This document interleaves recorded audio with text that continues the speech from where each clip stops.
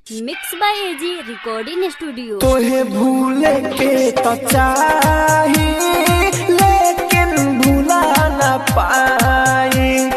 तोहे भूले के तो चाही लेकिन भूला ना पाई। जितना भूले के चाही, जितना भूले के चाही, जानू तने याद आई। तोहे भूले के तो चाही लेकिन भूला ना पाई।